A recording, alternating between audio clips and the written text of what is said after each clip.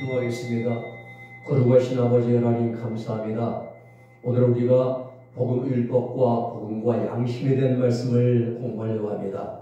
오늘도 하늘의 지혜와 총명을 주시고 우리 양심에 밝은 빛을 비춰주셔서 하나님의 말씀을 잘 분별하면서 깨달아 할 수 있도록 큰 은혜와 은총 베풀어 주옵소서. 예수님 이름으로 기도 올리옵나이다. 아멘. 율법은 무엇이고 복음은 무엇이고 양심은 무엇인가? 자, 우리가 로마서 2장 16절 말씀 보면 내 복음이라 그래. 내 복음. 내 복음이란 말은 사도 바울이 정돈했다는 것입니다. 사도 바울의 신학이에요. 가장 대표적인 것이 십자가의 도지요. 내가 그리스도와 함께 십자가에 못 박혔나니 그런즉 이제 내가 산 것 아니요. 나도 함께 주님과 우리 예수 십자가에 못 박힐 때도 함께 죽었다는 거예요. 죄된 내가 죄인된 내가 함께 죽었다는 거예요. 그러면 죽었으니까 죄인은 다시는 죄를 범하지 않잖아요. 그리고 예수님이 부활할 때 새로운 피조물로 다시 살아났다. 이게 바울 신학의 십자가의 도의 핵심입니다. 죄된 내가 십자가에 못 박혀서 다시는 죄를 범하지 않아야죠. 그리고 이제 의롭게 정결하게 선하게 살아야죠. 새로운 피조물이기 때문에 말입니다. 이렇게 사는 것이 복음에 합당한 삶입니다. 근데 오늘날 기독교인들은 전혀 모르는 거예요. 껍데기만 가지고 사는 껍데기예요. 다 된 줄 알아요. 다 된 줄 알아요.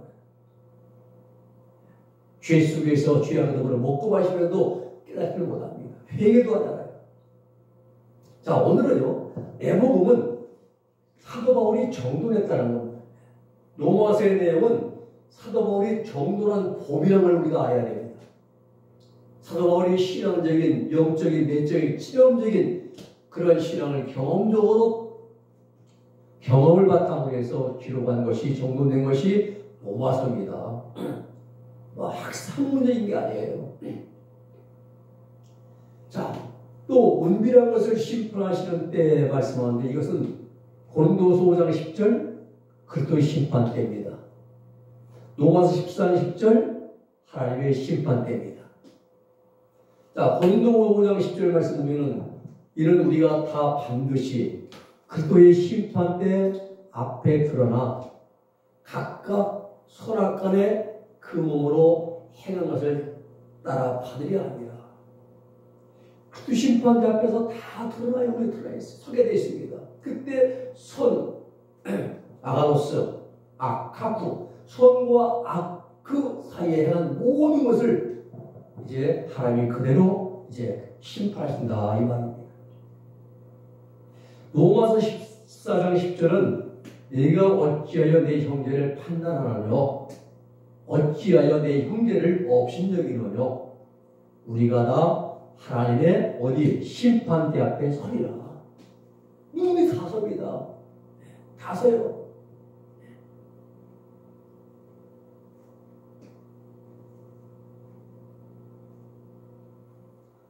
자, 율법과 복음과 양심에 관하여 자, 율법은요 하나님의 율례와 법도입니다.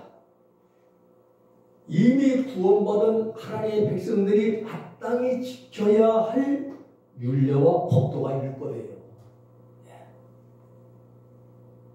율법을 지키고 안 지키는 일로 인해 구원 여부를 말하면 안 됩니다. 구원은 믿음으로 받는 것이에요. 믿음으로 받는 것이고 믿음으로 구원한 성도는 반드시 하나님의 율법을 말씀을 지켜야 한다는 것. 이것도 우리가 이제 기억해야 됩니다. 율법은 갈라디아 3장 19절 말씀에 보면은 하나님의 백성들이 범법하기 때문에 주신 거예요. 율법은. 그러면 하나님의 백성들이 죄를 짓고 죄를 범하기 때문에 주신 것이 율법입니다. 기준으로 주신 것이죠. 하나님의 백성들로 하여금 하나님의 백성답게 살게 하려고 율법을 주신 거예요. 본래는 율법이 없었습니다. 갈라디아 3장 17절 보면 미리 정하신 언약, 미리 정하신 언약은 하나님과 아브라함과의 언약입니다. 즉 율법은 하나님과 아브라함의 언약 이후에 430년 후에 주신 것이 바로 율법이에요. 예. 아브라함 때는 율법이 없었습니다. 율법, 신구약, 율법은 신구약 성경 말씀 전체입니다. 구원받은 성도는 하나님의 말씀을 지키며 살아야 됩니다. 율법의 행위는 하나님 말씀을 지키는 것, 십계명을 지키는 것이죠. 네. 우리가 율법주의는요, 껍데기를 지키는 것, 외식주의, 유선이죠. 네, 유선. 마태복음 13장 3절 5절에 보면은 말만 하고 실수하지 않는 바리새인들의 삶이 바로 외식주의, 율법주의입니다. 사람에게 보이려고, 그럴듯하게 보이려고 내거리에서 기도하고 뭐 옷술에 말씀을 주렁주렁 붙여 다니고 이런 외식주의, 유선주의 이런 자들이 바로 율법주의예요. 요한복음 5장 39절로 42절의 말씀처럼 하나님의 말씀을 지키려 하나님을 사랑하며 없는 자, 이게 율법주의자들입니다. 형식으로 그냥 껍데기만 그럴듯하게 이제 나타내 보이려고 한 자들이죠. 마태복음 22장 30절로 40절에 보면은 하나님 말씀을 잘 지키는 방법이 나와 있어요. 내 바보 마음을 다하고 푸시케 목숨을 다하고 기아노이와 몸을 다하여 하나님을 사랑하고 이웃을 사랑하라 이겁니다. 그 하나님 말씀에 순종하는 것이 이웃사랑인데 내 바보 마음을 다하고 뜻을 다하고 기아노이와 내 패시 성품을 다하고 푸시케 목숨을 다하여 사랑하는 것, 이것이 바로 복음주의예요. 껍데기만 그럴듯하게 보이려고 외식하는 것이 아니라 이렇게 우리는 하나님 말씀을 철저하게 순종하고 지켜야 되는 것입니다. 주님이 세상에 오신 목적이 뭐냐? 마태복음 5장 10절에 보면은 율법의 완성을 위하여 오셨다라고 말씀합니다. 또 20절에 보면은 너희 의가 서기관과 바리새인보다 더 낫지 못하면 결코 천국에 들어갈 수가 없다 했습니다. 또 28절에는 마음으로 가늠하지 말라. 마음으로조차도 범죄하지 말라 이거예요. 우리가 마음으로 얼마나 많이 범죄합니까? 내면으로 말입니다. 혼자 있어도 범죄하고 걸어가면서 범죄하고 얼마나 주님 말씀은요, 마음을 다하고 뜻을 다하고 성품을 다하고 힘을 다하여 하나님 말씀을 지켜라 합니다. 우리 하나님 말씀을 살기 위해서는 말입니다. 한눈 팔면 안 되는 것이죠. 똑바로 보고 싶어요 주님, 현눈질 하긴 싫어요. 눈으로 바라면서 얼마나 많이 범죄합니까? 하나님은 온데간 데 없고 주님은 온데간 데 없고 세상까지 다 좋게 보이고 마음에 와닿고, 우리는 하나님을 말씀대로 살려면은 참 많은 걸 절제하며 살아야 돼요. 쌩 끌려가면 안 되겠죠. 현대판 율법주의자들이 많습니다. 어떤 자들이냐? 말은 잘해, 앵무새처럼 말은 잘합니다. 말은 잘하는데 지키지는 못해요. 아주 수학적으로는 말은 참 잘합니다. 옹변도 잘하고 말입니다. 사람 웃기기도 잘하고 울리기도 잘하고, 그런데 정작 하나님 말씀대로 살아가지는 못합니다. 율법은 하나님의 모든 계명이 율법입니다. 누가 지켜야 됩니까? 구원받은 하나님의 백성들이 지켜야 되는 거예요. 믿지 않는 불신자들은 상관이 없습니다. 구원받은 성도들이 지켜야 되는 것입니다. 율법주의는 뭐냐? 하나님을 사랑하는 마음이 없이 외식적으로 형식적으로 지키는 것이 그런 행위가 율법주의입니다. 헌금도 하나님을 사랑하는 마음이 없이 감사하는 마음 없이 그냥 마주 못해서 형식적으로 드리는 그런 것도 율법적인 그런 이제 행위죠. 우리가 하나하나 마음 자체, 마음 중심이 정결해야만 하나님 앞에 우리의 행위가 온전한 행위가 되는 것입니다. 복음은 뭐냐? 복음은 예수 그리스도에 관한 모든 것이 복음입니다. 예수 속죄 은총, 또 거룩한 삶, 빛된 행실이죠. 그리고 빛된 진리, 이 모든 게 복음이에요. 빌립보 1장 27절에 보면은 그리스도의 복음에 합당하게 살아 생활하라 그랬어요.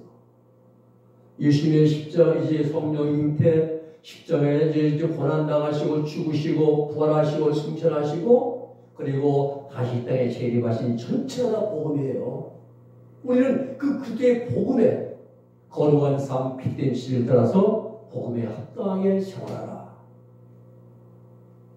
마음과 뜻과 정성을 다하여서 순종하는 것이 복음주의입니다. 복음주의예요. 내 마음을 다하고 뜻을 다하고 정성을 다해서 하나님 말씀을 순종하며 사는 것이 복음주의예요. 그 예수 그리스도께서 십자가에서 먼저 이것을 우리에게 보여주셨습니다. 구원받은 성도의 삶은 생활 구석구석에서 빛된 열매로 나타나야 돼요. 빛된 열매. 생활 구석구석에서 말 한마디, 행동까지 하나하나에서 말입니다. 하나님의 빛된 말씀을 깨달은 대로 또 변화를 이루어가는 것이 중요해요. 변화. 성장해야죠. 영적으로 바꿔요. 그리고 하나님의 말씀이 깨달아지면은 깨달은 즉시 그대로 실천해 나가야 됩니다. 이것이 바로 경건생활이에요.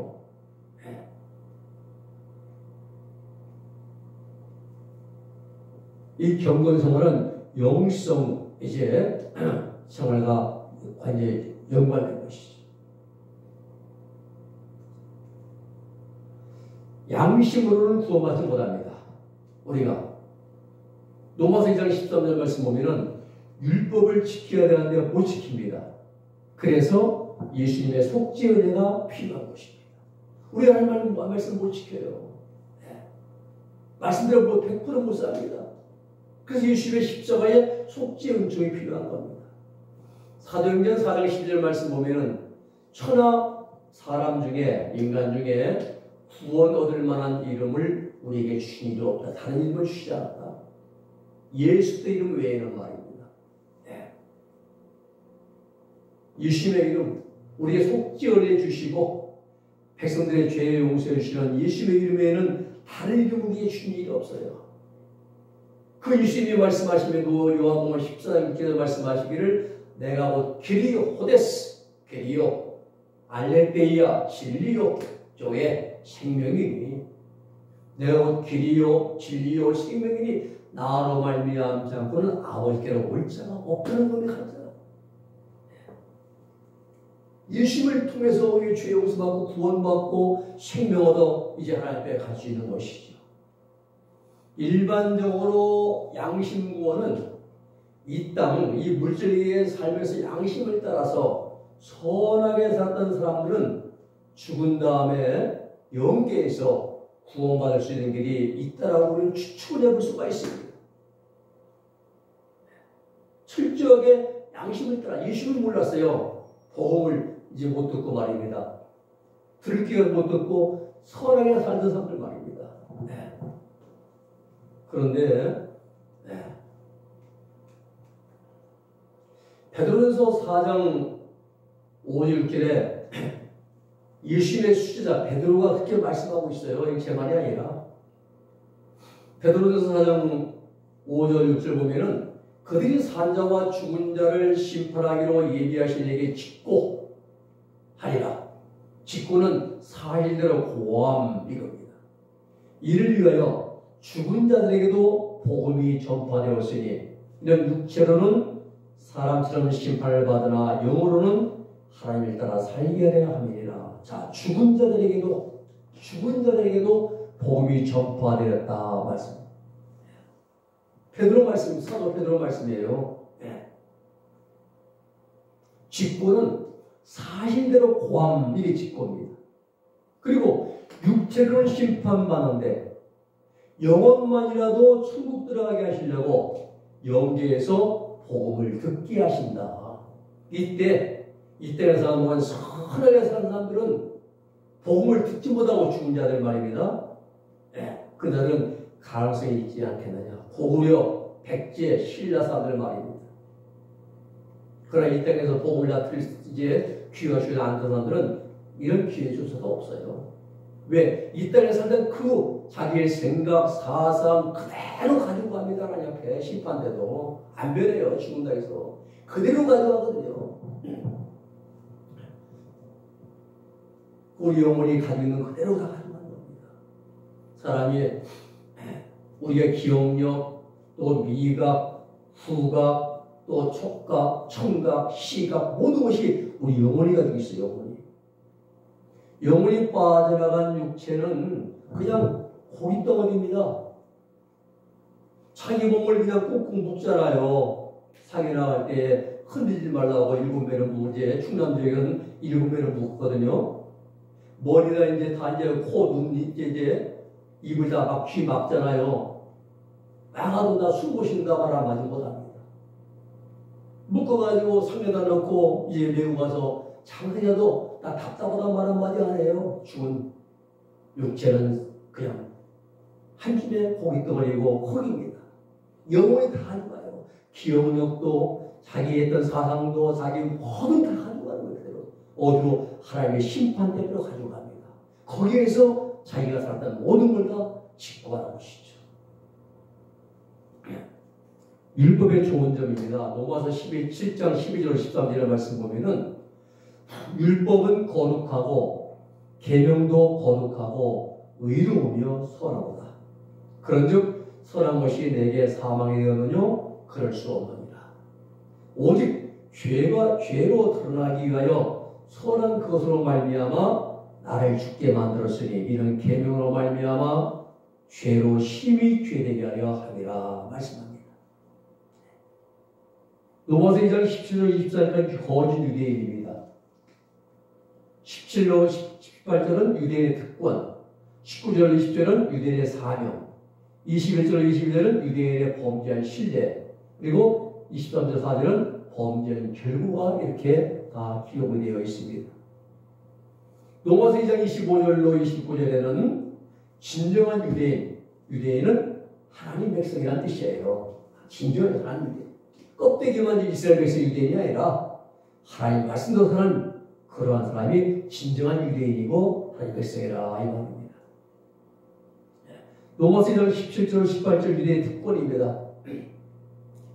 17절 말씀 보면은 유대인이라고 불리는 내가 율법을 의지하여 하나님의 계명을 받은 특권이 있다는 겁니다. 얘들에게는 특별히 우리가 출애굽기에서 봤죠. 19장에 20절 쭉 보면은 계약을 맺잖아요. 그리고 율법을 의지해서 하나님을 자랑하며 구약시대에 유대인에게만 하나님이 나타나셨다는 특권이 주어졌습니다.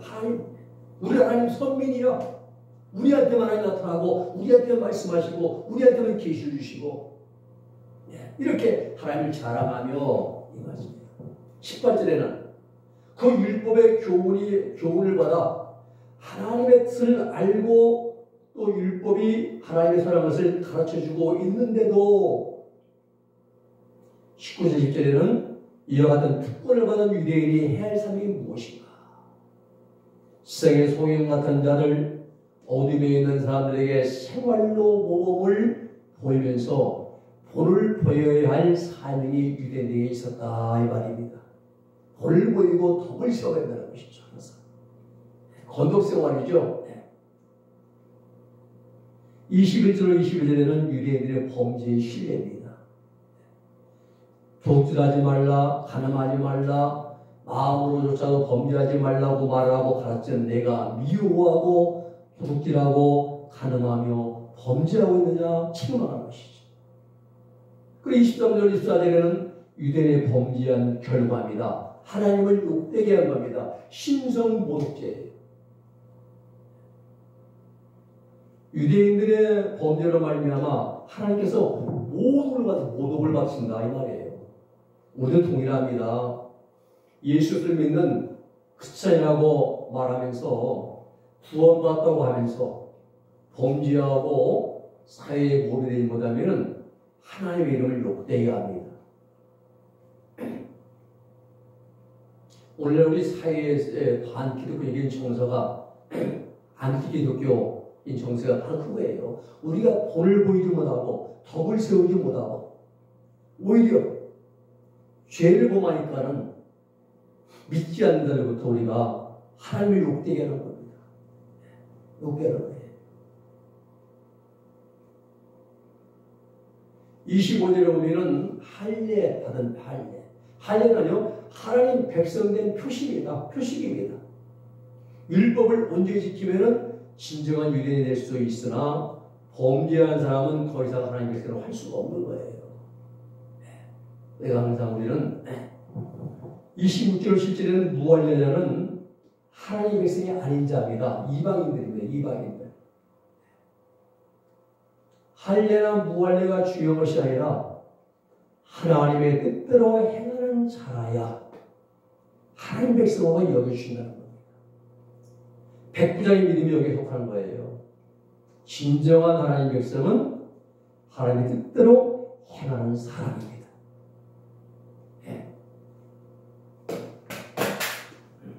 우리가 껍데기만 그럴듯하게 건물 좋은 교회 나간다고 신앙 좋은 것이 아니에요. 우리의 생활 구석구석에서 하나님 말씀대로 사는 삶이 더 중요한 것이죠.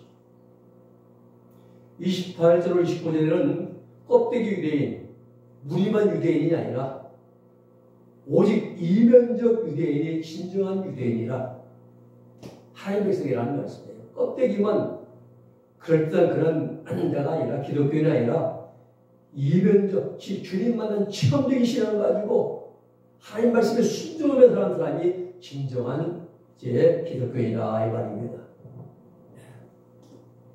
우리가 겉모습만 번지르면 안 되죠. 내면이 채워져야 되는 것이죠. 예수의 인격으로 채워져야 됩니다.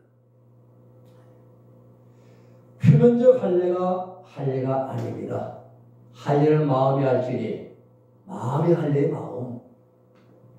마음의 할례는 무슨 말이에요? 영적 할례를 말하는데요. 이것은 마음으로조차도 범죄하지 않는다는 겁니다. 마음의 할례가 되면 마음의 할례는 마음이 할지니 사도 바울이 말씀해요. 하나님 말씀이죠. 그것은 마음으로서도 범죄하지 껍데기만 할례하면 난지 8일 만에만 유대인들의 할례는 필요가 아무것도 아닙니다. 마음의 할례는 마음에 해야 한다는 것이죠. 마음에. 이면적, 속으로 내면적이란 말이거든요. 마음의 할례는 하나님께 또 옵니다. 그런데 난지 8일 만에만 할례는 사람이 하는 겁니다. 마음의 할례를 가장 처음 먼저 말한 사람이 누구냐? 모세입니다. 모세가 얘기한 거예요. 신명기 30장 6절 말씀 보면은 모세의 경험적인 진리를 설명하고 항쟁하면 마음의 할례를 받아야 생명을 얻는다라고 말합니다. 예레미야 9장 25절 6절에도 마음의 할례 받지 못한 자를 하나님께서 심판하신다라고 말씀하십니다. 마음의 할례 받아야 했어요. 껍데기로 그냥 받는 그런 할례가 아닙니다. 형식적인 할례가 아니란 거죠. 마음의 길이 정결해야 됩니다. 우리가 받아야 할 할례는 영적 할례예요. 육적 할례가 아니에요. 마음의 할례와 영적 할례는 동일한 표현입니다. 이건 죄학생이 뿌리 뽑히는 경험이에요. 죄학생이 뿌리 뽑히는 경험입니다. 죄가 나타나지 않습니다. 그래서 우리가 보면은 그래요. 자, 이 하나님의 이제 성막이죠. 이게 이제 성소입니다. 성소, 지성소. 이거 이제 여기에 등대가 있죠. 성소에 등대가 있고 또 분향단, 떡상이 있고요. 그 다음에 분향단이 있습니다. 이게 성소 부분입니다. 그리고 여기는 지성소입니다. 하나님의 법궤가 있잖아요. 네. 그리고 여기 성소 부분에 이 마음이라는 기관이 있어요. 기관. 마음이라는 기관이 있습니다. 예. 기억하고 생각하고 이런 여러 가지 하는 기능을 가지고 있는 마음의 기관이 있는 거예요. 그리고 예. 이 죄의 법이 죄의 법, 죄의 법칙이 이제 나타나는. 그래서 이 죄의 법에 해방되는 것, 이것이 바로 우리가 죄의 법이 뿌리 뽑히는 것이 영적 할례입니다. 이 죄의 법을 쫙 뿌리가 피는데 여기서 이제 뿌리 뽑혀라는 것이 영적 할례, 마음이 아니라 이 말입니다. 네. 그래서 우리가 이 죄가 다 이게 죄만 주어지면 이런 죄악성이 나타나게 되어 있습니다.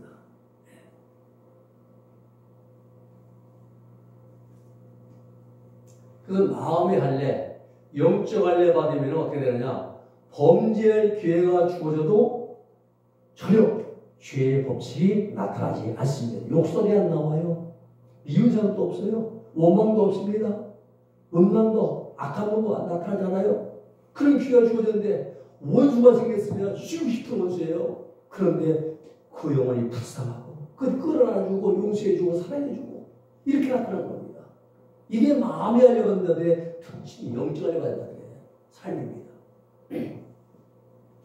그 이유는 왜 이렇게 범죄할 기회가 줘도 죄의 법칙이 나타나지 않느냐. 그것은 마음의 생명의 성령의 법칙이 나타나기 때문이에요.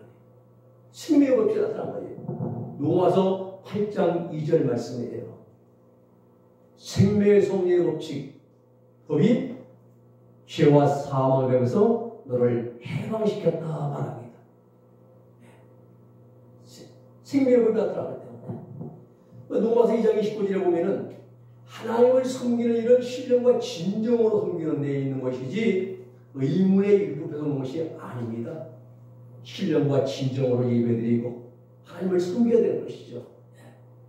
오늘 여기까지 하고 다음 시간에 이제 3장 말씀을 또 우리가 하나하나 강의하도록 하겠습니다. 기도하겠습니다. 거룩하신 아버지 하나님, 율법과 복음과 양심에 대해서 말씀을 우리가 연구했습니다. 율법은 우리가 구원받은 성도들이 반드시 지켜야 하는 말씀이고, 복음은 아버지가 우리의 죄 문제를 위해서 주시는 모든 것이 복음이고, 양심은 선을 행하고 빛을 따라 주신 것이 이제 사랑으로 주신 것 양심인 것을 우리가 알게 하심을 감사합니다. 우리 구원받은 자들은 항상 하나님 말씀을 중심에서 살아가게 하셔서 언제 어디서나 이 시대의 인격적인 아름다운 열매를 맺어가서 하나님의 영원하게 기쁘시게 드리는 우리들 모두가 되게 하여 주시옵소서. 예수님의 이름으로 기도 올려옵나이다. 아멘.